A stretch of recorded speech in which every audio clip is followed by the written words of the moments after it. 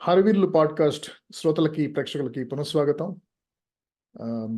ఇప్పుడు మనం ఈ ఎపిసోడ్లో చాలా ఆసక్తికరమైన విషయం, నాకు పర్సనల్గా బాగా నచ్చిన కొంతమంది తెలుగు సినిమా ప్రముఖుల గురించి నేను ఒక్కడనే కాదు, ఈ ఈ విషయాలని బాగా తెలిసి ఆసక్తి ఉన్న ఇంకొక ముగ్గురు నాతో కలిపి ఉంటారు దీంట్లో మాట్లాడటానికి. ఏమిటంటే టాపిక్, తెలుగు సినిమా చరిత్రలో బాగా బాగా పాపులర్ అయిన ప్రజాదరణ పొందిన విలన్లు అనొచ్చు వాళ్ళని, లేకపోతే మెయిన్ సపోర్టింగ్ యాక్టర్స్ అనొచ్చు, కామెడీ విలన్స్ అనొచ్చు, ఇది అనొచ్చు. అలాంటి వాళ్ళు నలుగురు గురించి మాట్లాడుకోపోతున్నాం మనం. వారెవరంటే నాగభూషణం, రావు గోపాలరావు, నూతన్ ప్రసాద్ అండ్ కోటా శ్రీనివాసరావు. సో మీరు గమనిస్తే కనుక ఈ నలుగురు కూడాను ఒక అంటే వారసత్వం పోటీకి పుచ్చుకున్నారన్నమాట. ముందు తరం నుంచి నాగభూషణం నుంచి రావు గోపాలరావు నుంచి నూతన్ ప్రసాద్కి. ఆయన చాలా తక్కువ ఇన్నింగ్స్ పాపం నూతన్ ప్రసాద్ది, as a main villain or main comedy విలన్గా. తర్వాత కోటా శ్రీనివాసరావు గారు అది అందిపుచ్చుకున్నారు. చాలా కాలం ఆయన ఇన్నింగ్స్ నడిచింది. ఇకపోతే మీకు వెంటనే ఒక సందేహం రావాలి చూసేవారందరికీ, మరి నవరస నటన సార్వభౌమ కైకాల సత్యనారాయణ గారు మరి ఈ డిస్క్రిప్షన్ కరెక్ట్ సరిపోతారు కదా? ఎందుకంటే ఆయన విలన్గా చాలా ఏళ్ళు చేశాడు, అలాగే ఓన్లీ కమెడియన్గా కూడా చేశాడు చాలా. అంటే మెయిన్ విలన్ వేరే వాళ్ళు ఉంటే, రావుగోపాలరావు వేరే వాళ్ళు ఉంటే, మెయిన్ విలన్గా ఇతను ఓన్లీ కమెడియన్గా చేసినవి కూడాను చాలా సినిమాలు ఉన్నాయి మనకి, కె రాఘవేంద్ర సినిమాలు కానీ. సో ఆయన్ని కానీ, అంటే కైకాల సత్యనారాయణ గారు కానీ, ఎస్వి రంగారావు గారిని కానీ, ఈవెన్ అలా అనుకుంటే గుమ్మడి కూడా థియరిటికలీ స్పీకింగ్ ఆయన కూడా కొన్ని సినిమాల్లో విలన్గా చేశాడు. అలాగే చాలా సినిమాల్లో మెయిన్ సపోర్టింగ్ క్యారెక్టర్గా చేశాడు. రాజనావు చాలా సినిమాల్లో చాలా గట్టి విలన్గా చేశాడు. గట్టి విలన్గా చేస్తేనే కొంత కామెడీ పండించాడు అనుకోవచ్చు. జగదేక వీరుని కథలో ఆయనను సిఎస్ఆర్ గారు చేసిన కొన్ని సీన్స్ కామెడీ ఉంటుంది. సో ఎలాంటి వారందరినీ పరిగణించలేదు, ఎందుకంటే వాళ్ళ క్యాన్వాస్ వేరు, వాళ్ళ తరం వేరు అనుకోవచ్చు ఒక నుంచి చెప్పాలంటే. సో మనం మాట్లాడుకోబోతుంది విలన్ అంటే ఒకప్పట్లాగా కేవలం గళ్ళ లొంగి బనీని వేసుకుని కంటికి కాదు పక్కన బొగ్గ మీద ఘాటు ఉండి జనాలందరినీ హింసించటం, చూడంగానే పిల్లలందరూ ఉచ్చిపోసుకోవటం, అలాంటి ఆహార్యం లేకుండా పెద్ద మనిషిలాగా కనపడతానే ఆ విలనిజం. అలాగే ఇంకా పక్కన ఒక కమెడియన్ అవసరం కూడా లేకుండా వీళ్ళే కామెడీ కూడా పండించటం, ఇలాంటివి బాగా యాక్చువల్గా ఈ ట్రెండ్ మొదలుపెట్టింది నా ఉద్దేశంలో నాగభూషణం గారు. సో ఆయన తర్వాత నేను చెప్పిన మిగతా ముగ్గురు కూడాను ఆ ట్రెండ్ని ఇంకా బాగా ముందుకు తీసుకెళ్లారు. సో దాని గురించి కులంకషంగా మాడుకుందాం. ఇప్పుడు మీకు ముందుగా ఒక విశిష్ట అతిథిని పరిచయం చేస్తాను. ఆయన నాగభూషణం గురించి మాట్లాడబోతున్నారు. తెలుగు ట్విట్టర్లో ఉన్నవారికి పరిచయం ఆయన, అంటే ఆయన రచనల పరిచయం, ఆయన ట్వీట్లు పరిచయం. ఆదిత్య, అతని పేరు శివశంకర్, మిరియాలగూడలో ఉంటారు. ముందుగా ఆయన స్వపరిచయం కొంచెం ఇచ్చి, ముందు శివశంకర్ గారు మీరు మీ స్వపరిచయం ఇవ్వండి, దాని తర్వాత మీరు మాట్లాడబోయే నటుడు నాగభూషణం గురించి మీరు మాట్లాడుతుంది. కానీ నమస్కారం సార్. నాగభూషణం గారు అంటే అందరికి తెలిసిందే సార్, అందరికి పరిచయస్తులే. అంతకుముందు విలనిజం అంటే పెద్ద పెద్ద దేహదారుఢ్యం అంటాం కదా మనం. దేహదారుఢ్యం అంటే పెద్ద శరీర సౌష్ఠవం కలిగి ఉండి పెద్ద పెద్ద మీసాలు పెట్టుకొని, లేకపోతే భయంకరమైన ఒక వికృత రూపంతో ఆ చిన్న పిల్లల్ని భయపెట్టే విధంగా విలనిజం అనేది అట్లా ఉంటుండేవి. వాళ్ళ మాటలు కానీ, వాళ్ళ చేష్టలు కానీ క్రూరత్వంగా ఉండేవి. అట్లాంటి క్రూరమైన విలనిజానికి స్వస్తి చెప్పడానికే వచ్చినట్లుగా, అంటే తన కేవలం మాటలతో కానివ్వండి, కేవలం తన చేష్టలతో కానివ్వండి, నవ్వు పండిస్తూ విలనిజం చేయడం అనేది అదొక కత్తి మీద సాము లాంటిది అనేది. అలాంటిది పండించడంలో సిద్ధహస్తుడి నాగభూషణం గారు. వాస్తవానికి ఆయన కొందరు పుట్టుకతోనే కళాకారులు అని అంటారు ఉంటారు. నెక్స్ట్ కొందరేమో కాలక్రమేణా గ్లామర్ కొద్దీ వచ్చిన కళాకారులు ఉంటా ఉంటారు. అట్లా పుట్టుకతో కళాకారులైన వాళ్ళు నాగభూషణం, వీళ్ళు ఆ కోవకు చెందిన వాళ్ళు నాగభూషణం గారు. ఇక ఇక ఆయన పుట్టుక అనేది మా వాస్తవానికి ఆయన నెల్లూరు జిల్లా సారీ ఉండడం నెల్లూరే కానీ అంటే ఆయన ప్రకాశం జిల్లా అనుకుంటాను. ప్రకాశం జిల్లా వాసి ప్రకాశం జిల్లా వాసి ఆయన. ఆయన ఎక్కువ శాతం వాళ్ళ నాన్నగారు వ్యాపారం చేస్తూ వాళ్ళు నెల్లూరులో స్థిరపడిపోయారు కనుక ఈయన కూడా నెల్లూరులోనే ఉంటూ ఆ విద్యాభ్యాసం కూడా అక్కడే కొనసాగించారు. వాస్తవానికి ఈయన ఏమంటారంటే ఈయన ముక్కు సూటి తత్వం గల మనిషి నాగభూషణ గారు. నెక్స్ట్ ఆయనకు ఆత్మాభిమానం ఎక్కువ గలవాడు. అంటే ఒక మాట అంటే పడేవారు కాదు. బయట వాళ్ళన్నా పడేవారు కాదు, ఇంట్లో పడేవారు కాదు, ఎవరన్నా కూడా పడేవారు కాదు అన్నట్టు. అంత ముక్కుసూటి తత్వం గల మనిషి. ఒకసారి వీళ్ళ నాన్నగారు ఇంటర్ ఫెయిల్ అయినప్పుడు నా 3-4 చివాట్లు పెట్టారండి. ఎందుకు ఇలా చేసావు, ఇలా చేసావు, 1 సంవత్సరం వేస్ట్ అయిపోయింది కదా అని చెప్పేసి 4 తిట్లు తిట్టేసరికి అది భరించలేని ఆయన ఒకసారిగా ఇంట్లో చెప్ప పెట్టకుండా ఇల్లు వదిలి పారిపోయారు. అలా పారిపోతూ పారిపోతూ బాపట్ల, నరసరావుపేట, గుంటూరు, విజయవాడ ఇలా తిరుగుతూనే ఉన్నారు. ఎందుకంటే ఆయన ఎక్కడ ఉండాలి ఏందనేది ఆయనకు తెలియదు కదా.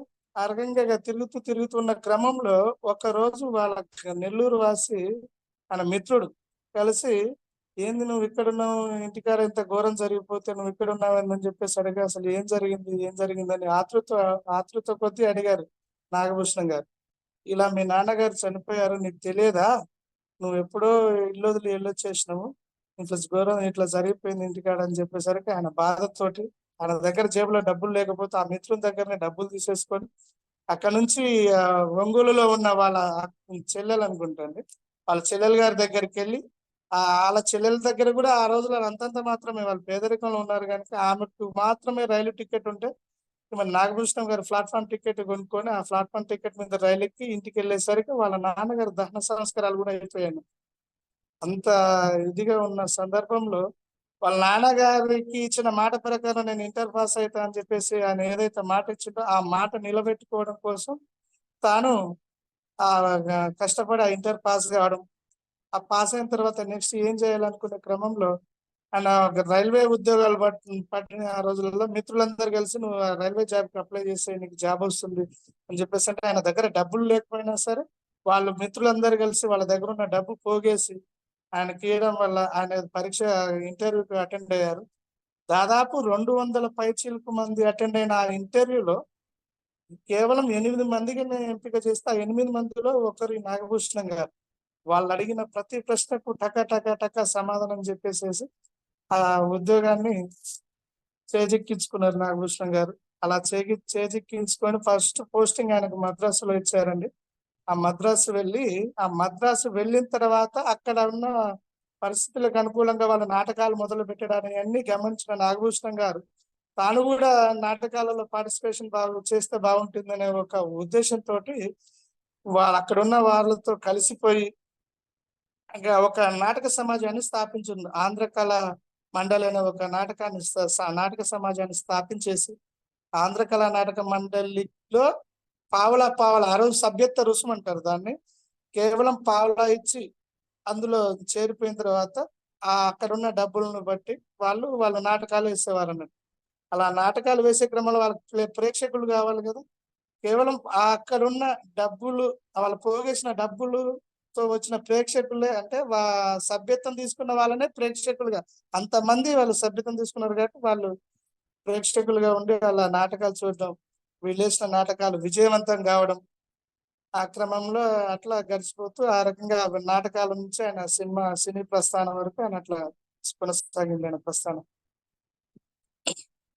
తర్వాత వీళ్ళు ఈ నాటకాల ప్రదర్శన చేస్తున్న క్రమంలోనే ఆయనకు 1940-42 ప్రాంతాలు అనుకుంటే సార్, అలాగా ఆయనకు వివాహం జరిగింది. ఆ మొదటి వివాహం జరిగిన తర్వాత వాళ్ళ భార్య గారు ఒక 2 సంవత్సరాలకే మరణించారు అన్నట్ట అనారోగ్య కారణం. అలా మరణించినప్పుడు మళ్ళీ ఒక 2-3 సంవత్సరాలు ఆగి ఇంకొక ఆవిడని పెళ్లి చేసుకున్నారు. పెళ్లి చేసుకొని ఆ ఉద్యోగం కొనసాగిస్తూనే ఉన్నారు. మద్రాసు నుంచి ఆయనని విజయవాడకు ట్రాన్స్ఫర్ చేశారు. విజయవాడకు వచ్చిన తర్వాత విజయవాడలో కూడా ఇదే నాటకాన్ని కొనసాగిస్తూనే ఉన్నారు. అక్కడ ప్రజానాట్య మండలి అనే ఒక నాటక సంస్థ, దాన్ని గరికపాటి రాజారావు గారు దాన్ని స్థాపించారు. వాళ్ళకు అభ్యుదయ భావాలు ఎక్కువ శాతం. అంటే ఆ రోజులలో ఉన్న సమాచారం ప్రకారం ప్రజానాట్య మండలి అనేది సిపిఎం సపోర్టెడ్ గా ఉండేది అనేది ఆ రోజు అట్లా అనుకునే వాళ్ళు. అయితే ఆ ప్రజానాట్య మండలిలో ఈయన స్థాపించిన ఆంధ్రకళా మండలి, ఇది ఈ ప్రజానాట్య మండలి భావాలు దగ్గర ఉండేసరికి వీళ్ళు అందులో వాళ్ళతో కలిసిపోయి వాళ్ళతోటి నాటకాలు వేయడం. అందులో వీళ్ళు మన జి వరలక్ష్మి గారు కానివ్వండి, మిక్కిలినేని కానివ్వండి, వాళ్ళు ఆ ప్రజానాట్య మండలిలో వాళ్ళు నాటకాలు వేసేవారు. వాళ్ళతో నాగభూషణ గారు కూడా కలిసిపోయి అలా నాటకాలు వేస్తూ కాలక్రమేణా వాళ్ళు సినిమాలకు వచ్చేసారు. అండ్ మొట్టమొదటి ఆ సినిమాకి వచ్చే క్రమంలో ఏం జరిగిందంటే ఈ విజయవాడలోనండి ఒకసారి ఇక్కడ ముదినేపల్లి ఆ ప్రాంతంలో అనుకుంటా వాళ్ళొక నాటకం జరుగుతుంది అక్కడ. ఆ నాటకం వెళ్ళే క్రమంలో ప్రతిసారి నాకు వారానికి 1 2 నాటకాలు ఉంటే సెలవులు తీసుకుంటుండేవారు. ఇక వాళ్ళేమో ఉద్యోగం చేస్తుంటారు కదా అక్కడ, సెలవులు వాళ్ళు ఇచ్చేవాళ్ళు కాదు. ఇక అది ఇచ్చేవాళ్ళు కాకుండా ఇక వాళ్ళకి చెప్పా పెట్టకుండా నాటకం వెళ్ళి వచ్చేసరికి ఆయనకు చివాట్లు పెట్టేశారు. నువ్వు ఉద్యోగం చేస్తావా చేయవా, ఏంది అసలు నీ సంగతి ఏందని అనుకున్న క్రమంలో ఇక నేను వీళ్ళకి సంజయ్ ఇచ్చేది ఎందుకు, నాకు ఆల్రెడీ నాటక అనుభవం అనేది ఉన్నది. ఇక క్రమక్రమంగా నేను సినిమాలకు వెళ్ళిపోతే బాగుంటుంది, దీన్ని పట్టుకొని నేను ఇంకా ఎన్ని రోజులు వేలాడుతూ ఉండాలని చెప్పేసి అని ఆ ఉద్యోగానికి స్వస్తి పలికేసి అక్కడ నుంచి మెల్లగా జారుకొని ఆ సినిమాలలో పోదని మళ్ళీ మద్రాసు చేరుకున్నారు 1951 ప్రాంతంలో. ఆ 1951 ప్రాంతంలో చేరుకున్నప్పుడు ఈ ప్రజానాట్య మండలికే చెందిన తన మిత్రుడు ఒకతను ఆ మద్రాసులో కలుసుకొని ఇట్లా మన రూమ్ ఉంది, మన రూమ్ లో ఉంటూ నువ్వు సినిమా ప్రయత్నాలు చేయమని చెప్పడం జరిగింది. నాగభూషణ గారు అందులో ఉండి సినిమా ప్రయత్నాలు చేసేవారు. అక్కడ ఆ సినిమా ప్రయత్నాలు చేసిన క్రమంలో అదే రూమ్ కు మన పల్లెటూరు అనే సినిమా నిర్మాత ఒకతను ఆ రూమ్ కు వచ్చేవాడు. ఈ నాగభూషణం వీళ్ళంతా కలిసి ఉండేసరికి నేను మా పల్లెటూరు సినిమాలో నీకు వేషం ఇస్తానండి, మీరు వెయిట్ చేయండి అని చెప్తున్న క్రమంలో ఆ సినిమా ఆలస్యం అవుతూ ఉండడంతో తను మొట్టమొదటిసారిగా వేరే ఒక నిర్మాత ఒకతను ఉన్నాడండి, నేను ప్రయత్నం చేస్తాను, ఈ సినిమా ఆలస్యం అవుతుంది కదా, ఒకవేళ ఆలోపు అది ప్రారంభమైతే అందులో చేస్తాను, మీది ప్రారంభమైన మీ దాంట్లోకి వస్తుందని చెప్పేసాను. అవతల నిర్మాత వాళ్ళ పిలుపు మేరకు ఆయన వెళ్ళి ఫస్ట్ సినిమా ఒకటి ఇందులో నటించిందండి. సినిమా పేరు వచ్చి ఏదేదో గుర్తు రావట్లేదు సార్ టక్కునంటూ. అయితే ఆ సినిమా ప్రారంభమైంది. సినిమా ప్రారంభమైన తర్వాత ఆయనకు అరకొర అవకాశాలు వస్తున్నాయి. అంటే ఆ ఒక సినిమా తీసిన తర్వాత అది విజయవంతము అయ్యే దాన్ని బట్టి పరాజయం పాలయ్యే దాన్ని బట్టి మనకు అవకాశాలు ఉంటాయి కదా. ఆ లెక్కన వాళ్ళకి 2 సంవత్సరాల కోసం 2 సంవత్సరాలకి అట్లా వస్తూ ఉండే అవకాశాలు, అంటే అరకొరగా. ఆ క్రమంలో ఈయన ఏం చేస్తారంటే తమిళనాడులో మన ఎంఆర్ రాధా అని రాధిక తండ్రి ఎంఆర్ రాధా గారు, ఆ ఎంఆర్ రాధా గారు ఒక రక్త కన్నీరు అనే ఒక నాటకాన్ని ప్రదర్శించేవాళ్ళు అక్కడ. ఆ రక్త కన్నీరు అనే నాటకం బాగా ప్రాచుర్యం పొందింది. ఆ ప్రాచుర్యం పొందిన నాటకాన్ని సినిమాగా కూడా తీశారు అక్కడ. ఆ తీసిన సినిమాని మళ్ళీ దాన్ని తెలుగులోకి పునర్నిర్మాణం చేసేటప్పుడు దానికి ఈ నాగభూషణ గారు గాత్రం ఇచ్చారండి, అంటే డబ్బింగ్ చెప్పారు. ఆ డబ్బింగ్ చెప్తున్నప్పుడు ఆ సంభాషణ అవన్నీ చూసిన తర్వాత ఇది అక్కడ మంచి ప్రాచుర్యం పొందింది కదా, ఆ రక్త కన్నీరు నాటకాన్ని ఇక్కడ ఎందుకు వేయకూడదు అని చెప్పేసి అని అనుకొని తన మిత్రుడైన పాలగుమ్మి పద్మరాజు, ఈయన భీమవరంలో లెక్చరర్ గా పనిచేస్తున్నారు పాలగుమ్మి పద్మరాజు గారు. ఆ పాలగుమ్మి పద్మరాజు గారితో ఆ సంభాషణలు అనేవి తెలుగులోకి రాయించేసుకొని ఆ రక్త కన్నీరు నాటకాన్ని తొలిసారి నెల్లూరులో, తన సొంత ఊర్లో నెల్లూరులో ప్రదర్శింపజేశారు అన్నట్టు. ఆ నాటకంలో హీరోయిన్ గా సీత అనే ఆవిడని తీసుకొచ్చారండి. సీత తెనాలికి చెందిన ఆవిడ. ఆ సీతతోని ఈ నాగభూషణ గారు స్టార్ట్ చేసిన ఆ రక్త కన్నీరు అనే నాటకానికి తక్కువ మంది ప్రేక్షకులు, ఒక 5-10 మంది వచ్చారు. ఎందుకంటే ఆ నాటకం అనేది పెద్దగా ప్రాచుర్యం లేదు కదా. సో ఆ నాటకాన్ని ఒక 2-3 నాటకాలు వేసిన తర్వాత దాని యొక్క విశిష్టత అనేది జనాలకు తెలిసిపోయిన తర్వాత అది ప్రాచుర్యంలోకి రావడం ఎప్పుడైతే మొదలైపోయిందో అప్పుడు ఆ నాటకాన్ని ఒకవైపు నాటకాలు వేస్తున్నాయి, ఇంకోవైపు సినిమాలు తీస్తున్నాయి, ఒకవైపు నాటకాలు, ఇంకోవైపు సినిమాలు. పవన్ సంతోష్ అండ్ కృష్ణమోహన్. నాగభూషణం గారి గురించి మీకు నచ్చిన పాత్రలు మనం మనం కూడా మాట్లాడుదాం, దాన్ని చెబుతారా చెప్పేసి. అహ్మద్ బిన్ తొగలక్ అనే ఒక సినిమా వచ్చేది, చిన్నప్పుడు చూసాను టీవీలో. అందులో నాగభూషణం గారి హీరో, అదొకటి. రెండోది భక్త తుకారం సినిమాలో నాగభూషణం గారి పాత్ర కూడా భలే ఉంటుంది యాక్చువల్లీ. అది ప్రికర్సర్ టు బహుశా భక్త కన్నప్ప సినిమాలో రావు గోపాలరావు పాత్రకి అది ప్రికర్సర్ యాక్చువల్లీ. అవిన్ని నక్క వినయాలు, దొంగ వేషాలు, బయటికి మాత్రం గొప్ప మహాభక్తుడిలాగా బిల్డప్ ఇవ్వడం. ఈ టైప్ లో ఈ నాగభూషణం గారి పాత్ర ఆ సినిమాలో ఉంటుంది. ఈ రెండు క్యారెక్టర్లు బేసిక్ గా నాకు బాగా అలా గుర్తుండిపోయినవి. ఇంకా బుద్ధిమంతుడి సినిమాలో మేజర్ విలన్ బాపు గారి. జనరల్ గా ఇది ఒకటి ఉంది, బాపు గారి సినిమాల్లో ఏ యాక్టర్ ని తీసుకున్నా కూడా బాపు గారి సినిమాలో బాగా షైన్ అవుతారు. రమణ గారి రాత బాగా బ్రహ్మాండమైన రాత యాక్చువల్లీ. క్యారెక్టర్ ని చాలా స్ఫుటంగా నీట్ గా రాస్తారు. సో ఆ బుద్ధిమంతుడి సినిమాలో ఈయన నటన చాలా బాగుంటుంది. ఈ మూడు కాక అందాల రాముడు సినిమా. అందాల రాముడు కూడా బాపు గారి రచనే. అందులో పొగరబోతు మనిషిగా ఈ బుద్ధిమంతుడి సినిమాలో ఏ రకంగా అయితే గుడి మాన్యాలు అవి కొంచెం ఇదేమి మరీ అమాయకుడిలాగా చేయడు యాక్చువల్లీ. తెలుసు, అందరికీ తెలుసు ఇతనే మొత్తం మింగేస్తున్నాడని. ఎవరు గబుక్కును మాట్లాడలేని పరిస్థితి. సైడ్ అల్లు రామలింగే ఉంటాడు పక్కన, అమ్మి అనుకుంటూ జేబులో డబ్బులు వేసుకుంటూ ఉంటాడు. అమ్మి కాదు, తైలం అనుకుంటా ఆ సినిమాలో, బహుశా బుద్ధిమంతుడి సినిమాలో అల్లు రామలింగ అయితే జేబులో డబ్బులు వేసుకుంటూ ఉంటాడు. ఇది ఒక టైప్ అయితే, ఇందులో పూర్తిగా ఏంటంటే బోళ మనిషే, కాకపోతే బాగా డబ్బు బలిసిపోయి అహంకారం, పొగరమోతు వ్యక్తిగా ఈ అందాల రాముడి సినిమాలో చేస్తాడు. చాలా షేడ్స్ చేసే అవకాశం ఆయనకి దొరికింది. అవడానికి నక్క వినయం అనుకుంటాం కానీ కొన్ని సినిమాల్లో కొన్ని రకాలుగా, కేవలం అదొక్కటే కాదు. కృష్ణమోహన్ గారు. నాగభూషణం ఇప్పుడు ఇందాక రావు గోపాలరావు గారి గురించి, నూతన ప్రసాద్ గురించి మాట్లాడుకున్న ఈ డిక్షన్ పైన మంచి గ్రిప్ ఉండి దాంతోటే అసలు మొత్తం పాపులారిటీ సంపాదించుకున్న వాళ్ళల్లో నాగభూషణమే ఫస్ట్. అలాగే అసలు పాలిష్డ్ విలన్ అనేది, ఇప్పుడు మొదట్లో తన యంగర్ ఏజ్ లో ఉన్నప్పుడు, చిన్నప్పుడు ఉన్న సినిమాలు తీసుకుంటే బాగా మంచి కుర్రవాళ్ళ కనిపిస్తాడు, ఎవరో ఒక అమ్మాయిని మోసం చేసేస్తాడు, ఇంట్లో వచ్చి పడుకుంటాడు.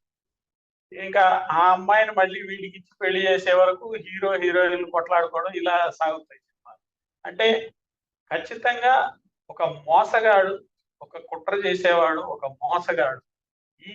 ఈ పాత్రలు బ్లాక్ అండ్ వైట్ కేటగిరీలో ఎక్కువ ఉండేవి. తర్వాత జమీందారు పాత్రలు, ఈ ఇందాక చెప్పినట్టు హీరోయిన్ తండ్రిగా, ఎవరికో ఇంకో ధనవంతుడికే ఇచ్చి పెళ్లి చేయాల్సిన భావంతో ఉండే తండ్రిగా, ఈ తండ్రి పోర్షన్లు కూడా చాలా ఉన్నాయి. అలాగా అసలు బాగా చిన్నప్పుడు అయితే తనని ఫస్ట్ చూసింది, వేసింది చిన్న పాత్ర అయినా కూడా బాగా నచ్చింది సాత్యకి మాయాబజార్. అక్కడి నుంచి తను చూడడం మొదలైంది. అసలు నాగభూషణం అంటే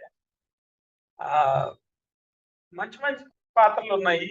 ఈవెన్ ఇప్పుడు ఇందాక తుగ్లక్ సినిమా చెప్పినట్టుగా నాటకాల రాయుడు కూడా చాలా మంచి సినిమా. విలన్ గా కాకపోయినా కూడా తనే కథానాయకుడిగా చేసి బాగా మెప్పించిన సినిమా అది. నవరాత్రి అనే సినిమాలో కూడా ఉన్నట్టున్నాడు నాగభూషణం. అందులో కూడా విలన్ అనుకుంటాను, అందులో కూడా విలనే అనుకుంటాను. పౌరాణికాల్లో కూడా చాలా సినిమాల్లో చాలా చిన్న చిన్న పోర్షన్లు ఉన్నాయి నాగభూషణం. శివుడు, తర్వాత ఇంకా పరశురాముడు, ఇలాంటివి చిన్న చిన్న పాత్రలు. నాగభూషణం శివుడి మేకప్ లో చాలా బాగుంటాడు. కొన్ని సినిమాలు భీష్మ అనుకుంటా, భీష్మలో ఒకటి ఉంది. భూకైలాస భూకైలాస. చెంచులక్ష్మిలో కూడా, భూకైలాస చెంచులక్ష్మిలో కూడా శివుడు తనే ఉంటాడు. పాతాళ ఆ, భైరవులో కూడా పేటుకి తెరుస్తాడు. ఆ, అలాగా ఆ, చాలా పాత్రలకి తను ఆహార్యం అది కూడా సరిపోయేది, చక్కగా కుదిరేవాడు. విలన్ పోర్షన్లు పాలిష్డ్ విలను, అలాగే వెక్కిరింత, వెటకారము, వెక్కిరింత, వ్యంగ్యము, ఈ ఈ మూడింటిని అసలు ఒక రేంజ్ లో వాడుకుని హిట్ అయిందంటే అది నాగభూషణ్ ఫస్ట్ చెప్పుకోవాలి. మంచి మనుషులు సార్, మంచి మనుషుల్లో కూడా ఆ విలన్ పాత్ర అక్కినేని వాళ్ళ చెల్లెలిని ప్రేమిస్తారు, అక్కినేని నాగేశ్వరరావు గారి చెల్లెలు ప్రేమించారు. ఇందులో కూడా ఒక డైలాగ్ ఉంటుంది, అది ఇది మన శోభనం గదిలో సిగ్గుల మొగ్గైన పిల్లాన్ని చూస్తూ మెల్లో తాలి ఉంటది ఒకటి, తాలి కట్టగానే ఒళ్ళు వచ్చి పడింది సిగ్గు అని. ఆ డైలాగ్ కూడా బాగుంటుంది. అంటే ఫ్యామిలీ గర్ల్స్ అనేట వాళ్ళు సంసారానికి పనికిరారు అని చెప్పేసి చెప్పడం కూడా అదొక హాస్య చిత్రతకు నిదర్శనం అన్నట్టు. అలాగే నాగభూషణం ఫిల్మోగ్రఫీలో మొత్తం అసలు ఒక ఎలివేటెడ్ పాత్ర, చెప్పుకోదగ్గ పాత్ర శ్రీకృష్ణ విజయంలో పౌండ్రక వాసుదేవ్. అసలు ఒక అల్టిమేట్ ఎఫెక్ట్ ఆ సినిమాలో ఆ పాత్ర మాత్రం చాలా మంచి పేరు తీసుకొచ్చింది తనకి. చాలా అద్భుతంగా అనిపిస్తుంది నాకు ఆ సినిమాలో ఆ పాత్ర. చిన్న పాయింట్, పైగా నాగభూషణం లాంటి వాళ్ళకి టైలర్ మేడ్ పాత్ర ఆ పురాణాల్లో మరి ఇంకేది లేదు. ఎందుకంటే వాసుదేవుడు ఉంటే దానికి వ్యతిరేకంగా పౌండ్రక వాసుదేవుడు మోసగాడు. చాలా బాగుంది. సో ఆయనవి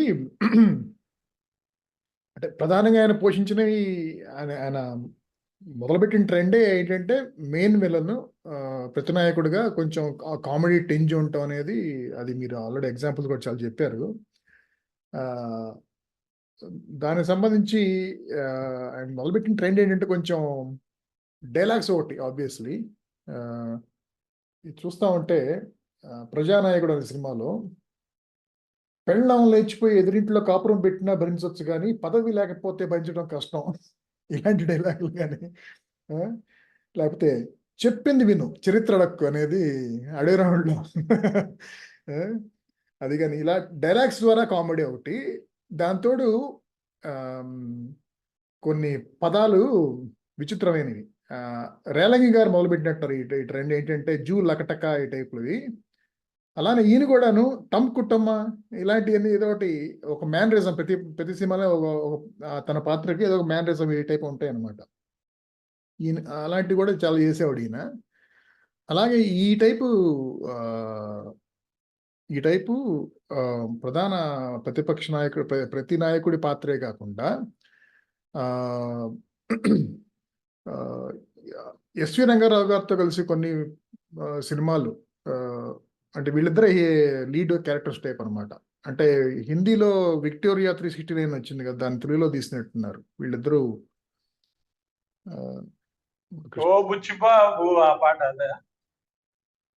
ఆ సినిమా ఆ పాట కానీ ఏదో ఉంటుంది, అవునవును అలాంటిది ఒకటి ఉంటుంది ఆ సినిమా ఒకటి. అలాగే ఇంకొక ఈ పాట ఉంటుంది కదా, ఆ పాట ఆగిందా ఒక సీటు గోవిందా అనేది, అది ఏ సినిమా అది.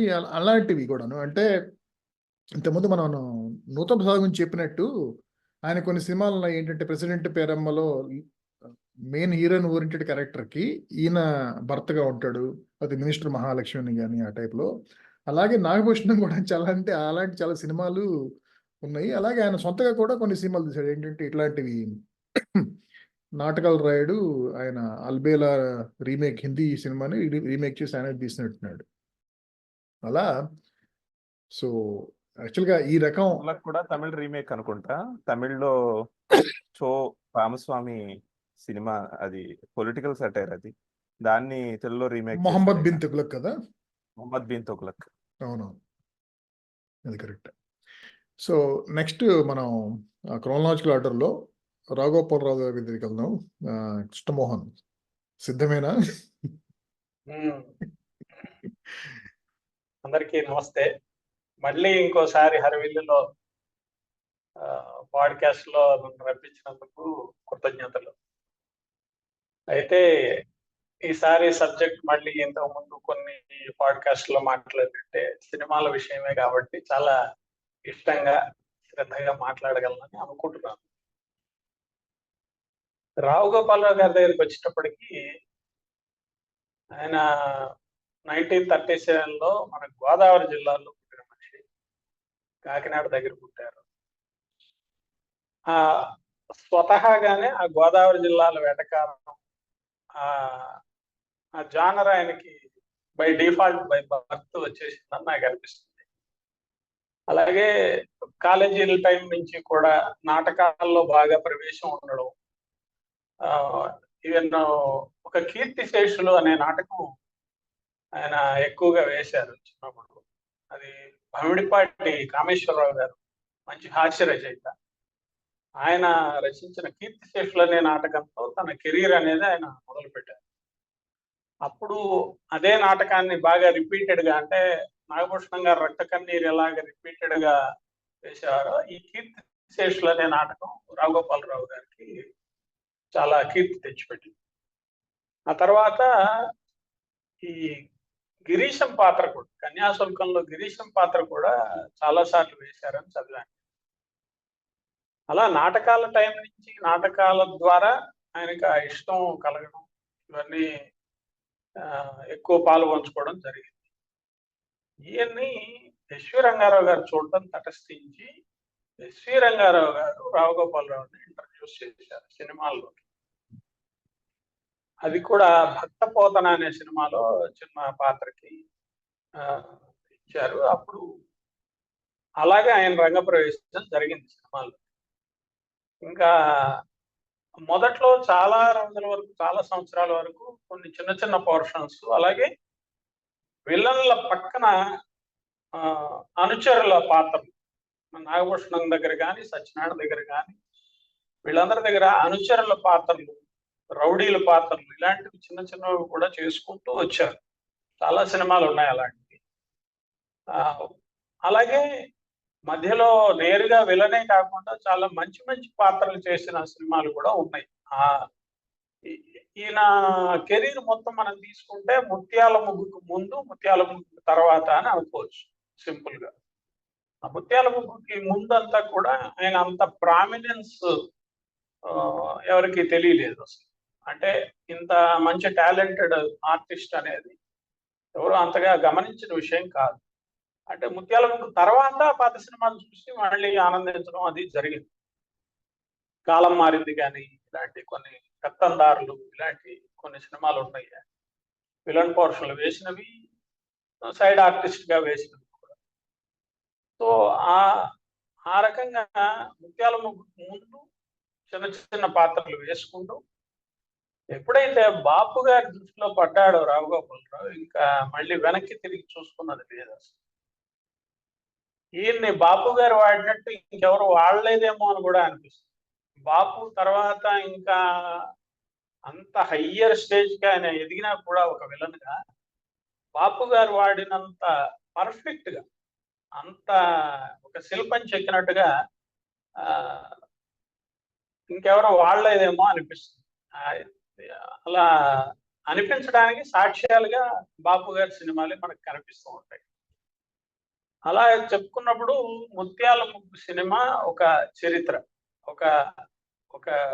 అదొక టెక్స్ట్ బుక్ లాంటిదే చాలా విషయాల్లో, చాలా మందికి చాలా రకాలుగా. ముత్యాల ముగ్గులో రావుగోపాలరావుని చూసిన తర్వాత విలన్ అంటే ఇలా కూడా ఉండొచ్చా, విలన్ అంటే అంతకుముందు మీరు చెప్పినట్టుగా పాలిష్డ్ విలన్ అనేది గుమ్మడి ప్రవేశపెట్టిన పద్ధతి. పాలిష్డ్ విలన్ అనేది గుమ్మడి దగ్గర మనం చూసాం చాలా సినిమాల్లో, లక్షాధికారి కానీ, ఇద్దరు మిత్రులు కానీ, ఇలాంటి కొన్ని సినిమాల్లో ఆ పాలిష్డ్ విలన్ లాంటి పోర్షన్స్ గుమ్మడి, తర్వాత నాగభూషణం కూడా. అయితే ముత్యాల ముగ్గులో బాగా స్పష్టంగా కనిపిస్తూనే ఎలాంటి హింసకి పాల్పడకుండా, నేరుగా ఎలాంటి హింసకి పాల్పడకుండా, కానీ మొత్తం చేసేదాన్ని అదొకటి. అలాంటి క్యారెక్టర్ని అసలు సృష్టించడం బాపు గారి గొప్పతనం అయితే, దాన్ని అంత పర్ఫెక్ట్ గా దాన్ని మళ్ళీ అమలు చేయడం అనేది రావుగోపాలరావు ఒక్కరికే సాధ్యమైంది. అయితే అదే కోవలోనే ముత్యాల ముగ్గు తర్వాతే కొన్నేళ్ల తర్వాత కలియుగ రావణాసురుడు అని కూడా ఒక సినిమా వచ్చింది. అది కూడా బాపు గారి. దానికి ఇంత పేరు రాలేదు, కానీ అది కూడా ఇలాంటి పోర్షన్ అన్నమాట. కాకపోతే ఇంకొంచెం ఇంటెన్సిటీ ఎక్కువ, బాగా రేపులు మానభంగాలు కూడా విపరీతంగా ఉన్నాయి ఆ సినిమాలో. అది కూడా ఇలాంటి బయటికి సొసైటీలోకేమో చాలా గొప్పగా మంచివాడిగా ఊరికి పెద్దగా కనిపిస్తూ చాటుమాటును చేసేవాడిని చేస్తూ ఉంటాడు. అలాగా బాపు గారి సినిమాల వరకు మనం ఒక ఎపిసోడ్ మాట్లాడుకోవాల్సినంత ఉందన్నమాట రావుగోపాలరావు. అంత మనకి సమయాభావం అలా ఉండదు, జరగనివ్వదు కాబట్టి. తర్వాత Bhakta Kannappa is outstanding performance as Kailasanatha Sastri. ప్రతిరోజు కైలాసానికి వెళ్ళిపోవడం, పరమశివుడితో మాట్లాడడం, తర్వాత ఒక పక్క వందిమాగదులు, మళ్ళీ ఒక పక్క ఎదిరించే పెద్ద కొడుకు సారథి.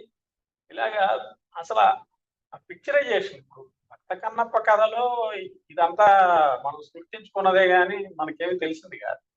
అది డైరెక్టర్ యొక్క గొప్పతనం. ఇందాక సంతోష్ చెప్పినట్టు దర్శకుడితో వీళ్ళ ఎలివేషన్ అంతా కూడా సాధ్యమైంది బాగా. అలాగా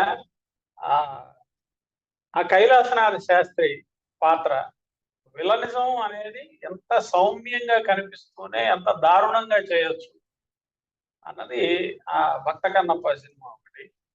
తర్వాత గోరంత దీపం ఒకటి, ఇంకా మన ఊరి పాండవులు. గోరంత దీపం, మన ఊరి పాండవులు కూడా ఆ విలనిజానికి అసలు మనకి సినిమా చూసి బయటకు వస్తే గేట్ దగ్గర ఎక్కడైనా కనిపిస్తే మనమే చంపేస్తామేమో. అంతటి క్రూరత్వం ఒకళ్ళని నేరుగా చంపకపోయినా, ఒకళ్ళని నేరుగా ఎలాంటి ఇంతకు ముందు విలనిజం లాంటి రాజనాల అలాంటి వాళ్ళ క్రూరత్వం మనకు కనబడకపోయినా కూడా అంతటి ఏహ్యభావం, అసహ్యభావం, కోపం ఇవన్నీ తెప్పించగలిగినంత చేయాలంటే హీరోని అంత ఎలివేట్ చేయడానికి కారణం వీళ్ళు అవుతారు. అలాంటి అంత గొప్ప గొప్ప పాత్రలు రావుగోపాలరావుకి చాలా దొరికాయి. అవి ఆయన చాలా గట్టిగా నిభాయించుకున్నారు. తర్వాత 80s లోకి ఎంటర్ అయ్యే టైంలో ఇంకా రాఘవేంద్రరావు, ఎన్టీఆర్, కృష్ణలతో రావుగోపాలరావు చేసిన సినిమాలు ఇంకెవరితోనూ చేయలేదనిపిస్తుంది. ఎన్టీఆర్తో అయితే ఇంకా వేటగాడు మొదలుపెట్టి, వేటగాడు, కొండవేటి సింహం, సర్దార్ పాపారాయుడు, ఇంకా బొబ్బిలి పులి, అసలు వరుస పెట్టి ఒకే జానరు, కానీ ఎక్కడ మనకి మూస అనే భావం రాలేదు, అనిపించలేదు, విసుగు రాలేదు. అలాగే ఇంకొక 80s దగ్గర పాయింట్ తీసుకుంటే, ఈ విలన్ గా ఒక దొరవారు పోర్షనో లేదా ఒక ధనవంతుడైన విలన్ పోర్షనో ఇతను వేయడము రావుగోపాలరావు. అతని కొడుకుగానో లేకపోతే ఇంకో సైడ్ విలన్ గానో మోహన్ బాబు ఉంటాడు. ఈ మోహన్ బాబు కెరీర్ కి ఒక ఆపులాగా పనికొచ్చారు రావుగోపాల్ చాలా సినిమాలు.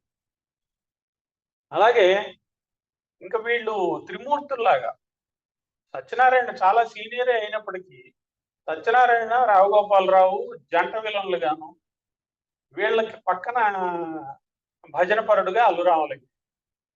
ఈ ముగ్గురు కలిసి వేసిన సినిమాలు కోకొల్లలుగా ఒకేలాగా ఉంటాయి. దాదాపు వాళ్ళ యాక్షన్స్, రియాక్షన్స్ అన్ని ఒకలాగే ఉంటాయి. కానీ ఎక్కడా కూడా మనకు ఆ మొనాటని అనిపించకుండా చేయడంలో డైరెక్టర్ పాత్ర ఎంత ఉందో వీళ్ళు వాళ్ళ సొంతంగా వాళ్ళ పాత్రని వాళ్ళు నిభాయించుకోవడం అనేది రావుగోపాలరావు దగ్గర మనం చాలా గట్టిగా గమనించవచ్చు. ఇంకా పాలిష్డ్ విలన్ అన్నదానికి మనం ఆ రూపంలో వస్తే మనకి అభిలాష్ వెంటనే తొందరగా గుర్తొస్తుంది. అభిలాష్లో అభిలాష మొట్టమొదటిసారి చూసిన వాళ్ళు ఎవరికి కూడా రావు గోపాలరావు చివరి దాకా వెళ్ళనని తెలియదు. ఆసుపత్రిలో దొంగ ఫ్రాక్చర్ అయ్యే కట్లు విప్పుకునే వరకు తెలియదు. ఫస్ట్ టైం అప్పుడు చూసినప్పుడు అయితే అంత పాలిష్డ్ గా లాక్కుంటూ వస్తాడు అభిలాష్ సినిమాలో. తర్వాత ఒక ధనవంతుడైన తండ్రి, అతని కూతురు, అతని ఇష్ట ప్రకారమే పెళ్లి జరపాలి, పెళ్లి చెయ్యాలి అన్న పాయింట్ లో ఆ రకమైన సినిమాలు వరుసగా వచ్చేవి. అలాంటివి అలాంటి సినిమాలు కొన్ని ఉంటాయి వరుసగా. నేను ఒక ఎగ్జాంపుల్ చెప్పనా? ఛాలెంజ్ మంచి ఎగ్జాంపుల్. అది కాకుండా ఇట్లానే అంటే ఇతను ధనవంతుడు లేకపోతే ఊరికి పెద్ద, కానీ కూతురేమో ఒక సాధారణ వ్యక్తిని ప్రేమిస్తుంది అనేది ఖైదీ సినిమా కూడాను ఆ మధ్య చూశాను నేను. మళ్ళీ ఎందుకో ఖైదీ సినిమా కూడా అంతే కదా. ఖైదీ సినిమాలో కూడాను కూతురు చిరంజీవిని ప్రేమిస్తుంది, వాళ్ళ సాధారణ వ్యక్తి. ఇదంతా ఎందుకు అది ముఖ్యంగా ఆ సినిమా నేను ఎందుకు చెప్తున్నానంటే దాంట్లో నూతన్ ప్రసాద్ కూడా ఉన్నాడు అనమాట. సో ఒక సీన్ గుర్తొచ్చింది నువ్వు చెబుతామంటే. ఏంటంటే వీళ్ళ రావుగోపాలరావును పక్కన అల్లూరు అలంగయ్య అలాగే ఎవరో అనుకుంటాను, కరణం, ఇతను మునసపు టైపు, అతను కరణం. వీళ్ళు పొలం గట్ల మీద నుంచి చూస్తా ఉంటే కరణం ఎవరక్కడ ఎవరితో అలా పరిగెత్తుకుంటూ వస్తుంది, మంచి గ్యాలప్ వేసుకుంటూ వస్తుంది, ఎవరిది కొత్త అమ్మాయి ఎవరన్నా మనం ఎప్పుడు కనిపెట్టడం లేదే అని అంటూ ఉంటాడు అనమాట. ఎందుకంటే నూతన్ ప్రసాద్ చీర కట్టుకుని పరిగెత్తుకుంటూ వస్తూ ఉంటాడు అన్నమాట. ఎందుకంటే చిరంజీవి నూతన్ ప్రసాద్ కొట్టి చీర కట్టి పంపిస్తాడు అనమాట, మళ్ళీ మా అక్కలు రావాకని చెప్పేసి. సో అది గుర్తొచ్చింది. అలాగా అదొక జానర్, యమగోళ, ఛాలెంజ్. అంటే పల్లెటూరి అట్మాస్ఫియర్ కావచ్చు, పట్టణం అట్మాస్ఫియర్ కావచ్చు, ఆ తండ్రి ఆ కూతురు ఆ ఫ్రిక్షన్, అలాంటివన్నీ ఒకలాగా వచ్చాయి. తర్వాత సత్యనారాయణ, రావు గోపాలరావు, అల్లు రామలింగయ్య కాంబినేషన్ లో కూడా ఒక అది ఎంత గొప్పగా పండుతుందంటే మామూలుగా ఇప్పుడు మీరు చెప్పిన జానర్ అంటే హ్యూమర్ పండిస్తుంది, హాస్యం కూడా విలనిజంలో పార్ట్ అండ్ పార్సిల్ లాగా ఎక్కడ మనం వేరు చేయలేనంతగా కలిసిపోవడం. అలాంటిది బొబ్బిలిపుల్లో ఒక సీన్ ఉంటుంది. బొబ్బిలిపుల్లో ఒకరిని మ్యానిపులేట్ చేయడానికని ఒకళ్ళని పెడతారు ఒక సీన్ లో. భీమరాజు ఆ టైంకి వచ్చి ఉంటుంటే సత్యనారాయణ అందులో స్వామీజీ వేషం వేసుకుని ఉంటాడు, దొంగ స్వామీజీ వేషం. వాడికి కాలు విరిగింది అని చెప్పాలి, భీమరాజుకి కాలు విరిగినట్టుగా నటించాలి. మరి నాకు కాలు ఎరగలేదు కదండి అంటాడు భీమరాజు. అంటే రావుగోపాలరావు అప్పుడు ఇచ్చే డిక్షన్, అసలు రావుగోపాలరావు డిక్షనే సెపరేట్ కదా. స్వామీజీ కాలు విరగలేదుట అంటాడు. అంటే వెంటనే సత్యనారాయణ వాడి కాలు విరగొట్టేస్తాడు అక్కడికక్కడే లేచిపోయి. అలాగా అసలు ఆ డిక్షన్ ఒక్కదానికి అసలు పడిపోవచ్చు, అంత పర్ఫెక్ట్ డిక్షన్ అనేది. తనతోటి ఒక మిమిక్రీ క్యాసెట్టే పుట్టిందంటే మన చిన్నప్పుడు అసలు ఇంకా అది ఆ రేంజ్ లో ఉండేది. శ్రీదేవి పెళ్లి మిమిక్రీలో ఈయన సూత్రధారి మొత్తం రావుగోపాలరావు. అవును. తర్వాత కృష్ణరాజు, చిరంజీవి. ఎన్టీఆర్ తర్వాత కృష్ణరాజు, చిరంజీవి, వీళ్ళతోటి కొన్ని పదుల సంఖ్యలో సినిమాలు వరుసగా సంవత్సరానికి 10కి తక్కువ లేకుండా సినిమాలు చేసిన సంవత్సరాలు వరుసగా ఉంటాయి, 81 నుంచి 87 వరకు. వీటన్నిట్లోనూ కూడా అటువంటి విలనిజమే ఉన్నా కూడా అందరూ చాలా ఎంజాయ్ చేస్తూ చూశారు, ఎక్కడ అసలు మొనాటని ఫీల్ కాదు. ఎందుకంటే ఆ డిక్షన్ ఇంపార్టెన్స్. తర్వాత జంట, అల్లు రామలింగయ్యతో కలిసిన జంట ఏదైతే ఉందో అది అసలు అల్టిమేట్. మళ్ళీ అలాంటి జంట తర్వాత కోట శ్రీనివాసరావు, బాబు మోహన్ లా కొంచెం ఎంటర్టైన్ చేసినప్పటికీ ఆ స్థాయికి మాత్రం ఇంకెవరు చేరుకోలేకపోయారు. అల్లు రామలింగయ్య, రావు గోపాలరావు అనేది ఒక పేరు. అది అసలు ఏ హీరోయిన్ల కంటే కూడా గొప్ప జంట. నాకు తెలిసి ఆ జంట దాదాపు ఆఖరి చిత్రం వాళ్ళు కలిసి చేసింది ఆ రేంజ్ లో రాజా విక్రమార్క, చిరంజీవి. రాజా విక్రమార్క. ఆ, అసలు ఆ 2 ఎత్తుపళ్ళు వేసుకొని ఉంటాడు అందులో అల్రామలింగే కూడా. ఆహాహా, నువ్వు చెప్పేది gang leader. Gang leader gang తర్వాత లీడర్ అది రాజా విక్రమార్క వచ్చింది. రాజా విక్రమార్క. గ్యాంగ్ లీడర్ లో కూడా చాలా గొప్ప పాత్ర రాఘగోపాలరావుది. ఆ, అదే అసలు బ్రాండ్ అయిపోయింది. తస్సరవల బొడ్డు అంటాడు. అది ఆ డైలాగే అదొకటి brand అయిపోయింది. ఇది మా సుక్క, ఇక కన్నాంబకి ఎక్కువ కంచనమ్మకి తక్కువ, ఇలాంటి ఏదైనా సరే ఆ ధోరణిలో వెళ్తా ఉంటాయి కదా దీనికి డైలాగ్స్. ఎక్కువ దానికి తక్కువ. అందులో చాలా డైలాగులు ఉంటాయి. దీనికి ఎక్కువ దానికి తక్కువ. ఓ, అది తర్వాత కాక చిన్న ఇంకొక పాయింట్ ఒకటి ఉమ్, ఉమ్, చిన్న పాయింట్ ఒకటి అందిద్దామని. ఏంటంటే తెలుగు సినిమా ఇండస్ట్రీలో ఆ ఈ వీళ్ళని ఏమంటారు, మిమిక్రీ ఆర్టిస్టులకి వరంలా దొరికిన ఆ నటుడు రావుగోపాలరావు. అంత బ్రహ్మాండమైన సందేహమే లేదు, diction. సందేహమే లేదు.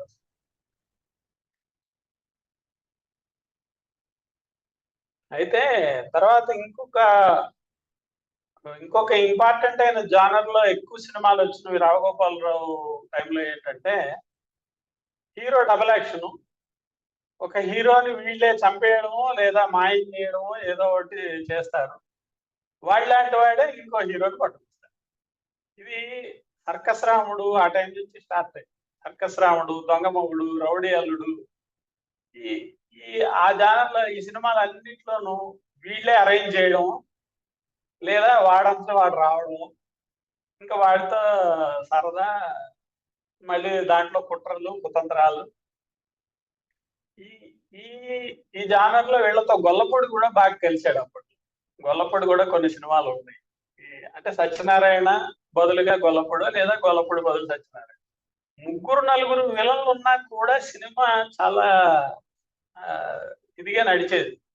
ఇప్పటి సినిమాల్లాగా ఖచ్చితంగా విలన్ అంటే వాడెవడో కార్పొరేట్ వరల్డ్ లో ఉండేవాడు, వాడు మాటికి హెలికాప్టర్లు ఎక్కేసి ఫారిన్ లో వెళ్ళిపోయి, ఇవన్నీ చాలా కృతకంగా ఉంటున్నాయి ఇప్పుడు విలన్ పోర్షన్లు. పైగా అసలు తెలుగు వాళ్ళు కాదు. ఫస్ట్ ఆఫ్ ఆల్ అసలు మన నేటివిటీకి సంబంధించిన విలన్స్. మీరు మంచి పాయింట్ చెప్పారు. ఏంటంటే ఇప్పుడు ఉన్న వినలతో మెయిన్ పాయింట్ అంటే ఒకటేమో వాళ్ళకి తెలుగు వాళ్ళు కాదు, చూస్తే తెలుగు వాళ్ళ కనపడరు, వాళ్ళ పాత్ర సరిపోయినట్టు ఆబ్వియస్లీ డబ్బింగ్ చెప్పడం అంతా కొంచెం కృతకంగా ఉంటుంది. దాని తోడు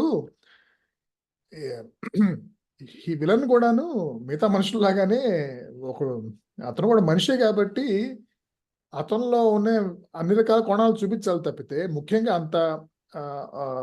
అంత ముఖ్యమైన పాత్ర కాబట్టి, అంటే హీరో విలన్ పాత్ర ఎంత గట్టిగా ఎంత గొప్పగా ఉంటే హీరో ఎలివేషన్ అంత ఎక్కువ ఉంటుంది కదా ఆ టైప్లో. అలా లేకుండా కేవలం విలన్ అంటే ఒక పెద్ద గ్యాంగ్స్టర్, వాడు రక్తం తాగేవాడు, ఆ టైప్లో యూనిడైమెన్షనల్గా చూపించడం, ఇంకా వాడిలో ఉండే వేరే కోణాలు ఏమి చూపించకపోవడం అనేది చాలా తప్పు చేస్తున్నారు మన వాళ్ళు. కేవలం మీకు ఇప్పుడు ప్రకాష్ రాజ్ అందుకునే, యాక్చువల్గా ప్రకాష్ రాజ్ విలన్ గా అంత సక్సెస్ అయింది ఎందుకంటే అతను మిగతా కోణాలు కూడా అతను చూపించగలడు కాబట్టి, అది జనాలకి అది దర్శకులకు తెలిసి అది వాడుకుంటా ఉంటారు కాబట్టి అతను అంత పాపులర్ అయ్యాడు. పైగా భాష నేర్చుకున్నాడు ప్రకాష్ రాజు, భాషను గౌరవించి భాష నేర్చుకున్నాడు. అది చాలా ముఖ్యమైన విషయం. అది తెలుగు సినిమా విలన్లకి ఒక ఒరవడి, ఒక కోవ ఉంది. భాష రాకుండా విలనిజం పండించినా అది గుర్తుండరు ఆ మనుషులు, ఆ పద్ధతులు, వాళ్ళు చేసిన వర్క్ ఏంటనేది అది నిలబడదు, గుర్తుండరు. చాలా రకాలైన షయాజీ షిండే కూడా ఆ రకంగా అతను మెచ్చుకోవచ్చు. అతను నటుడిగా పెద్ద గొప్పవాడు కాకపోయినా కూడా గట్టి ఎఫర్ట్ పెట్టాడు కూడా తన గొంతు తనది అనిపించడంలోనే గొప్పదనం ఉంది.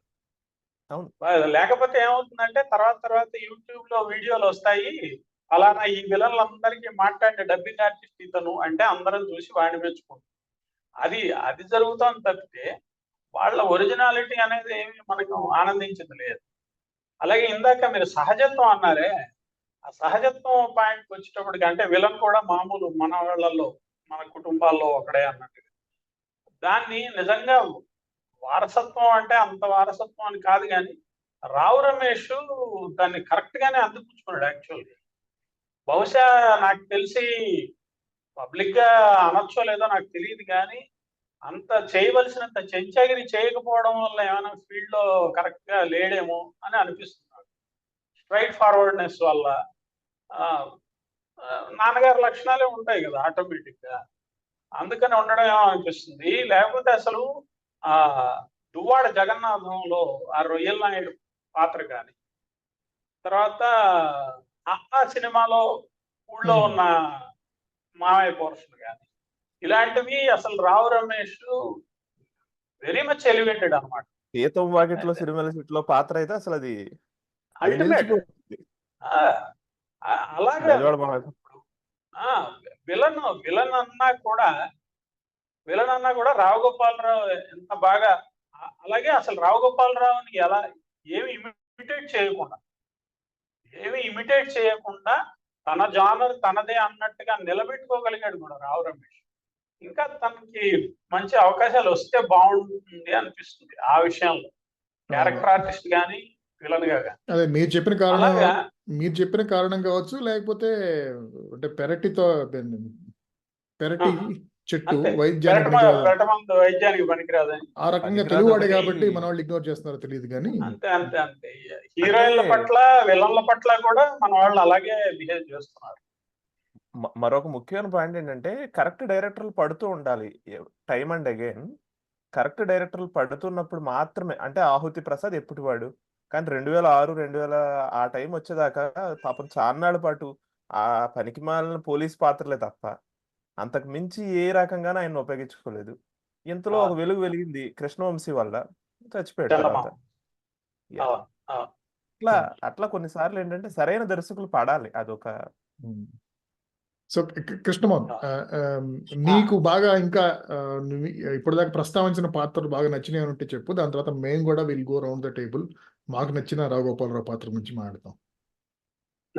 అయితే రావుగోపాలరావు గురించి అందరూ విలన్ గా మాట్లాడుకోవడం ఓకే, విలన్ సబ్జెక్టే విలనిజం ఓకే కాదన్ను, కానీ నాకు ఆయనలో విలన్ కంటే కూడా మంచివాడి పాత్రలు చాలా ఎలివేటెడ్ గా నచ్చుతాయి. మంచివాడిగా వేసిన సినిమాలు తక్కువే అయినప్పటికీ రాశిలో చాలా గొప్పవి. ఒకటి ఇంటి దొంగ అనే ఒక సినిమా ఉంది, కళ్యాణ్ చక్రవర్తి ఉంటాడు అందులో, గూడెం రాజా అనుకుంటా కొడుకు, అదొక సినిమా ఉంది. తర్వాత వింత దొంగలు అనే ఒక సినిమా ఉంటుంది, అందులో మొత్తం కామెడీ సినిమా అంతా కూడా. రాజశేఖరు జోలి తగిలించుకుని రావుగోపాలరావు ఉంటాడు, తిరుగుతూ ఉంటాడు, అదొకటి. తర్వాత స్టేషన్ మాస్టర్ అందరికీ బాగా తెలుసు, స్టేషన్ మాస్టర్ కూడా చాలా గొప్ప సినిమా. ఇంకోటి ఏంటంటే ఇంకా పాత వెనక్కి వెళ్తే బండోడు గుండమ్మ అని ఒక సినిమా ఉంటుంది, అందులో విలన్ పోర్షనే కానీ ఒక దొంగ స్వామీజీ అన్నమాట. ఈ దొంగ స్వామీజీ పోర్షన్లో ఆ టైం నుంచి స్టార్ట్ అయ్యేమో అనిపిస్తుంది. అంటే స్మగుల్డ్, మొత్తం స్మగ్లింగే, ఆ సినిమా చేసేదంతా స్మగ్లింగే రావుగోపాలరావు, కానీ మొత్తం జనాలందరికీ మాత్రం స్వామీజీ. అలా వెరైటీ ఆఫ్ పోర్షన్స్ అనమాట. మీరన్నట్టు విలన్ గా కంటే కూడా నాకు మంచి పోర్షన్లు వేసినవి, చాలా చివరి స్టేజ్ లో వేసిన ఘరానా మొగుడు కూడా నాకు చాలా బాగా నచ్చింది. ఘరానా మొగుడులో కూడా దాదాపు ఇంకా లాస్ట్ స్టేజ్ లో సినిమా అది, మంచి పోర్షన్, అది బాగుంటుంది, డీసెంట్ గా ఉంటుంది. ఆ ఒక్కటి అడక్కులో అసలు ఇంక చెప్పక్కర్లా, అంత చివరి స్టేజ్ లో కూడా మాట కూడా పాపం తడబడేది ఆ సినిమాలో, అయినా కూడా ఆ రొయ్యల నాయుడు పాత్ర అమోఘంగా చేసేది అందులో కూడా. ఇలాగా రావుగోపాలరావు యొక్క నట జీవితం ఒక సంపూర్ణమైన నట జీవితం. ఇంకా తర్వాత తెలుగుదేశం పార్టీ రాజకీయాలు, రాజ్యసభ సభ్యుడు అవన్నీ ఉన్నప్పటికీ కూడా నట జీవితం వరకు మాత్రం చాలా సంపూర్ణమైన ఒక పూర్తి స్థాయి జీవితం, నటనా జీవితం అనేది మాత్రం నాటకాలతో మొదలుపెట్టి ఒక హై స్టేజ్ శిఖరాగ్ర స్థాయికి చేరుకున్న విలనిజం వరకు మొత్తం అన్ని రకాల పాత్రలు పోషించి అందరి చేత గుర్తించబడి తరాల తరబడి గుర్తు పెట్టుకునేలాగా అంతటి స్థాయి సంపాదించుకున్న రావు గోపాలరావుని ఈరోజు గుర్తు చేసుకోవడం చాలా సంతోషకరమైన విషయం. బాగుంది. సో పవన్ సంతోష్, శివశంకర్ గారు మీరేమన్నా పాత్రలు? నాకు బాగా ఇష్టమైన పాత్ర భక్త కన్నప్ప సినిమాలో పాత్ర చాలా చాలా చాలా ఇష్టం. అది ఇష్టం ఉండడానికి 2 కారణాలు ఏంటంటే, ఆ పాత్ర సాహిత్యం నుంచి పుట్టుకొచ్చిందండి. అది భక్త కన్నప్ప పాత్రని రమణ గారు రాసినప్పుడు దాన్ని ఎవరా వెళ్ళేది అని ఒక కథ ఉంటుంది. ఈ అమరావతి కథల్లో ఎవరా వెళ్ళేది అని కథ ఉంటుంది. ఆ ఎవరా వెళ్ళేది అనేది దొంగస్వామి అన్నమాట. దొంగస్వామి కాదు, ఇంట్లో సంసారం లాగించలేక ఆ కబుర్లు ఈ కబుర్లు చెప్పి నిన్న మీ నాన్న నరకంలో ఉన్నాడు, నేతి అప్పాలు కావాలి, నేతి అప్పాలు వేయిస్తా అని చెప్పి మొక్కుకున్నాడు, అది మీరు వేయించలేదు, అందుకని చెప్పి నరకంలో ఉన్నాడు, అది ఇది అని చెప్పి చెప్తుంటాడు. మా ఇంట్లో ఇచ్చేసి వెళ్ళిపో సరుకులు సామాన్లు, వెళ్ళిపోతాడు స్వర్గానికి అన్నట్టుగా నడుస్తూ ఉంటుంది అనమాట బండి. ఒకరోజు ఎందుకనో ఇంట్లో ఎక్కడా కూడా ఇతనికి తిండి దొరకదు. మామూలుగా భిక్షకు కూడా వెళ్తుంటాడు, భిక్షకు వెళ్ళిన వాటితోనే తింటూ ఉంటాడు. ఇంట్లో వాళ్ళేమో మిగతా సామాన్లతో తింటుంటారు. ఎక్కడ భిక్ష దొరకపోయేసరికి ఇంటికి వచ్చి కూర్చుంటాడు. చూస్తే ఇంట్లో భార్యను అడుగుతాడు, కోడలు కూడా ఉంటుంది అనుకుంటా, కోడలను అడుగుతాడు తిండి పెట్టమని చెప్పి. అడిగితే మొత్తం తినేసి బోర్లించేసాము, ఏదో మంచిలు దాగి పడుకుంటే సంథింగ్ అలా ఏదో చెప్తుంది. చెప్తే ఇతనికి నిజంగా విరక్తి కలిగి సన్యాసంలో కలిసిపోతాడు అనమాట. ఈ పాత్ర కలిసిపోయిన తర్వాత అప్పుడు ఎవరా వెళ్ళేది అన్న మాట ఆ ఊళ్ళో వినిపించదు అని చెప్పి కథ, దాన్ని బ్రహ్మాండంగా డెవలప్ చేసి ఆ కథలోంచి ఈ పాత్ర ఒరిజినల్ గా రాసుకుంటున్నాడు, కానీ కథను కూడా ఉపయోగించి డెవలప్ చేశాడు రమణ గారు. డెవలప్ చేస్తే దాన్ని అసలు ఈయన వేసిన విధానం అసలు అద్భుతం. అది కైలాసం నుంచి ఇప్పుడే దిగొచ్చారని చెప్పి కబుర్లు చెప్పడం, వాళ్ళు నందీశ్వరుడు ప్రతి రాత్రి జ్యోతిలక్ష్మి ఇంటికి వెళ్ళడం, మళ్ళీనేమో వెనకాల కోప అనుకుంటూ వాళ్ళ కొడుకు ఈ క్యారెక్టర్ చాలా ఇష్టం. ఇది కాక ఇట్లానే ఒక సైడ్ ట్రాక్ లో వెళ్తే ఇది మెయిన్ జనరల్ గా అందరికి నచ్చే పాత్ర. ఇది సైడ్ ట్రాక్ లో వెళ్తే రావు గోపాలరావు అని ఒక సినిమా ఉంటుంది. అందులో రావు గోపాలరావు, చంద్రమోహన్ సినిమాలో మెయిన్ రోల్స్ అనమాట. రావు గోపాలరావు పాపం అంతా మతిలేని మాస్టారు, సైన్స్ మాస్టారు. అతనికి ప్రాచీన తాళపత్రాలు అంటే చాలా భక్తి, గౌరవం, నమ్మకం అంతా. ఇతను దాంట్లో ఎక్కడో ఈ పరకాయ ప్రవేశం విద్య అనేది కనిపెడతాడు. ఒకళ్ళ శరీరాల్లోకి ఒకళ్ళు వెళ్ళిపోతారు. అది తమాషాగా బాగుంటుంది. ఇట్లాంటి పాత్రలు ఈ ఒరిజినల్ రెగ్యులర్ రావు గోపాలరావు కాదు, అది పూర్తిగా బుర్ర చెడిపోయిన ఒక సైంటిస్ట్ లాంటి క్యారెక్టర్లు అనమాట. అది ప్రొఫెసర్ల గురించి మనం జనరల్ గా అనుకునే వాడిని తీసుకొస్తాడు దాంట్లోకి. ఇట్లాంటి పాత్రలు కూడా నాకు బాగా ఇష్టం. మా ఊళ్ళో మహాశివుడు అని ఇంకో సినిమా. మా ఊళ్ళో మహాశివుడు, అదే ఇవన్నీ కొంచెం శివుడు వస్తుంటాడు, ఈయనతో మాట్లాడుతూ ఉంటాడు. ఈయనేమో పూజారి అనమాట. ఈయన శివుడా లేకపోతే ఈయన పూజారా? ఈయన శివుడు. ఈయన శివుడు. మా ఊళ్ళో మహాశివుడు సినిమా అది కూడా తమాషాగా భలే ఉంటుంది, విచిత్రంగా ఉంటుంది. అది చాలా బాగుంది.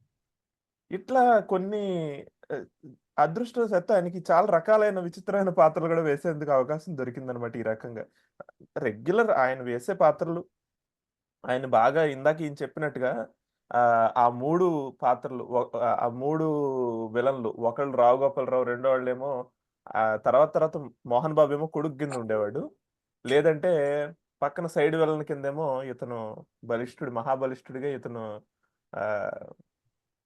సత్యనారాయణ ఉండేవాడు. సైడ్ కి ఇంకొక కామెడియన్ అల్లు రామలింగ లాంటి వాళ్ళు. ఇట్లాంటి పాత్రలు చాలానే బ్రహ్మాండమైన బోల్డన్ ఉన్నాయి. బట్ ఇట్లాంటివి కొన్ని నాకు బాగా ఇష్టం రావు గోపాలరావు గారు వేసిన వాటిల్లో. శివశంకర్ గారు, మీ అభిమాన పాత్రలు ఉన్నాయా? మేము చెప్పనివి ఇంకేమన్నా రావు గోపాలరావు పోషించినవి అభిమాన పాత్రలు అంటే సార్ ముఖ్యంగా చెప్పుకోవాల్సింది అడవి రాముడు అనుకుంటా సార్. దాంట్లో పాత్ర బాగా నచ్చుతుంది. అంటే తెలుగులో మాట్లాడడం కోసం ఆ తెలుగు సంభాషణలు చెప్తా ఉంటారు. అక్కడ ఉన్న సత్యనారాయణ అవి వినలేక అపసోపాలు పడుతుంటాడు. అది మన ఇది వేటగాడు అనుకుంటా డైలాగ్ కదా, ఉంటుంది అందులో సార్. వేటగాడు కదా ఇది మీరు చెప్తుంది. వేటగాడు ఉమ్, వేటగాడు ఉమ్, తెలుసు sir. Um. East to west west పూర్వం అంటే ఒక డైలాగ్ ఉంటుంది అందులో, సుదీర్ఘమైన సంభాషణ అది.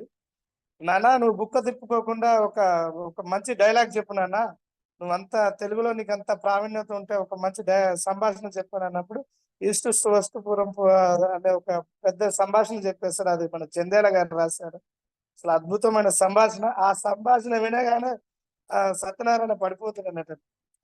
అసలు అంతా తెలుగు అంటే మామూలుగానే రావు గోపాలాలకు విపరీతమైన అభిమానము.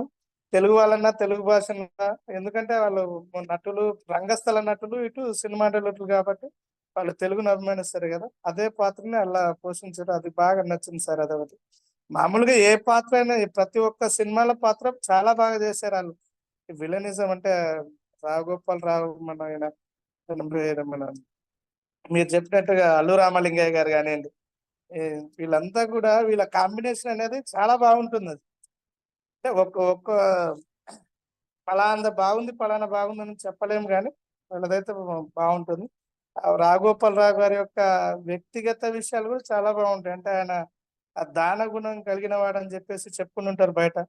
తనతో పాటు ఎంతమంది ఉంటే అంతమందికి స్వయంగా వాళ్ళ భార్యతోటి భోజనాలు వడ్డించి పెట్టించేవారు. ఆ వాళ్ళకున్న ఆస్తిని చివరి వరకు కూడా ఆ యొక్క భోజనం పెట్టించే ఇది కానివ్వండి, అంటే ఆ గుణాన్ని, ఆ వ్యక్తిత్వాన్ని కొనసాగించారు చివరి రోజుల వరకు కూడా. వాళ్ళ కొడుకు రావు రమేష్ గారు ఏ రోజు కూడా ఇప్పుడు వాళ్ళు అన్నట్టు ఏదైనా వైభవం ఉన్నంత వరకే నడుస్తుంది. అంటే రావు గోపాలరావు గారు ఉన్నంత వరకు పర్లేదు. ఆ ఉన్నప్పుడే ఈ రావు రమేష్ గారిని సినిమాలలో చేరమంటే ఆయనకి ఇష్టం లేకపోవడం, చేరకపోవడం. ఆ రావు గోపాలరావు మరణించిన తర్వాత వాళ్ళకి ఆర్థికంగా నష్టాలు, అంటే ఆర్థిక ఇబ్బందుల్లో ఉన్న సమయంలో వాళ్ళ అమ్మగారి కోరిక మేరకు ఆ రావు రమేష్ గారు ఇట్లా అవకాశాల కోసం తిరుగుతున్నప్పుడు, ఓహో మీరు పలానా రావు గోపాలరావు కొడుకు కదా అనేవారు. సరే అని చెప్పేసి పక్క తప్పుకునే వాళ్ళు, కానీ అవకాశాలు ఇవ్వకపోయేవారు. అలాంటి దశలో ఆయన కూడా బాగా కష్టపడి రావు రమేష్ గారు ఓ స్థాయికి అయితే రాగలిగారు. అంటే ఆ వారసత్వాన్ని అట్లా పుణికి పుచ్చుకున్నారు అన్నట్టు.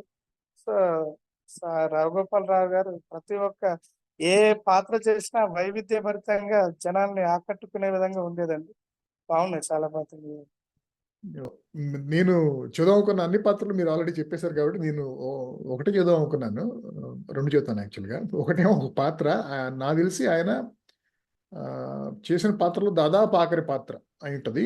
ఈ అల్లరి అల్లుడు నాగార్జున వాణిశ్రీ సినిమా ఉంది కదా, దాంట్లో వాణిశ్రీ భర్తగా కొన్ని పిచ్చి పిచ్చి సమస్యలు చెబుతూ ఉంటాడు. ఆ సామెతలు నాకేం గుర్తులేవు, కానీ ఒకవేళ పవన్ సంతోష్ గుర్తొస్తే చెప్పొచ్చు మధ్యలో. అదొకటి. రెండోది చదువుకుంది ఏంటంటే, నాకు రావుగోపాలరావులో ఆయన నటన, డైలాగ్స్ వీటన్నిటితో పాటు ఆయన పర్సనాలిటీ, ఆహార్యం. ఎందుకంటే నేను నాలాంటి వాళ్ళు, అంటే పల్లెటూరులో పెరిగిన వాళ్ళకి అలాంటి వాళ్ళని చూస్తూ ఉండేవాళ్ళం కదా ఆ టైంలో. చక్కగా మంచి పంచకట్టు, కొంచెం హోదా, దర్పం ఉన్నాళ్ళు, వాళ్ళ బాడీ లాంగ్వేజ్ కానీ, వాళ్ళ ఆహార్యం కానీ, అదంతాను ఇప్పుడు అసలు ఆ ఆహార్యము, ఆ బాడీ లాంగ్వేజ్ ఎక్కడ కనపట్లేదు అసలు. మన టౌన్ స్కిన్లో కూడాను. అంటే పల్లెటూరులో అయితే మనుషులే లేరు అనుకోండి. ఇప్పుడు తెలుగు పల్లెటూరులో బాగా ముసలాళ్ళు, అదే బాగా పిల్లలు కాదు, బాగా ముసలాళ్ళు తప్పితే, లేకపోతే కేవలం కాయ కష్టం చేసుకుని వ్యవసాయం చేసిన వాళ్ళు తప్పితే, ఆ వర్గం చాలా వరకు వెళ్ళిపోయింది కదా నియరెస్ట్ టౌన్స్కి. కానీ టౌన్స్కి వెళ్ళినా కూడాను చక్కగా ఆ పంచకట్టు, ఆ హుందాతనం అనేది ఎక్కడ కరువైంది. ఒక రకంగా చెప్పాలంటే కొంచెం హైదరాబాద్లోనే కనపడుద్ది రవీంద్ర భారతి లాంటి చోటుకి వెళ్తే కనుక ఆ పంచకట్టు. మళ్ళీ ఇంకెక్కడ ఎవరు కట్టుకోవట్లేదు అట్లా. సో అదొక్కటి చూద్దాం అనుకున్నాను రావుగోపాలరావు గారి గురించి.